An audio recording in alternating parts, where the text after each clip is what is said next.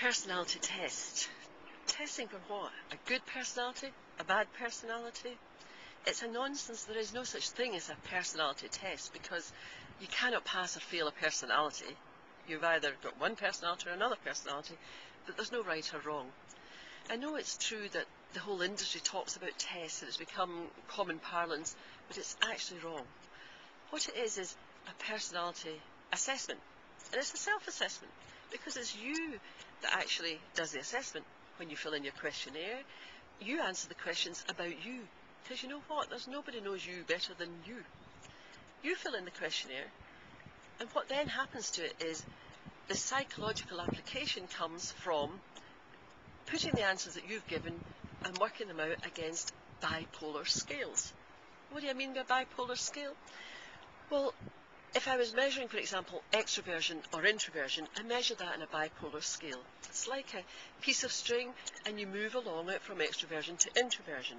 We probably could say there's no such thing as an extrovert or an introvert. Jung would say that, because we're moving from one side to the other. And sometimes you might feel that you're extrovert, and another time you might feel you're introvert. So that's a bipolar scale that measures you at that time. So when you answer the questions, we take that and measure against this scale. How much introversion have you used, or extroversion?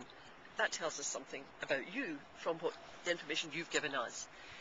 Then the other bipolar scale that is measurable would be thinking or feeling. Again, it doesn't mean that somebody thinks and somebody feels and that they don't then do the other, that they don't feel or they don't think if they're one or the other. You move along that bipolar scale, and that bipolar scale says how often, or do you mostly make your decisions through thinking with a task sort of focus, or is it mostly through feeling with a people sort of orientation in it? And again, you've answered the question, and when you answer those questions, we measure that, so that gives us a measure of where you are on that scale. And that's a movable feast too, because that scale can move. You can move up or down on that scale. We put these two scales together, and then there's another measurement, and that's, we would call extroversion, introversion attitudes, and thinking and feeling would be preferences. There's another preference, and that's for thinking and feeling is a rational preference that we can measure. The other preference is not easy to measure. It's a movable feast, and that's sensing and intuition. And the reason it's not easy to measure, because it's irrational.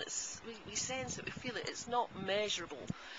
But some of the answers you give would place you more in a sensing field rather than an intuitive field, and we would add that to the mix. So all of that in the pot then allows us to identify where you sit. For example, on a PeopleMaps map, where would you sit in terms of the results of your personality assessment?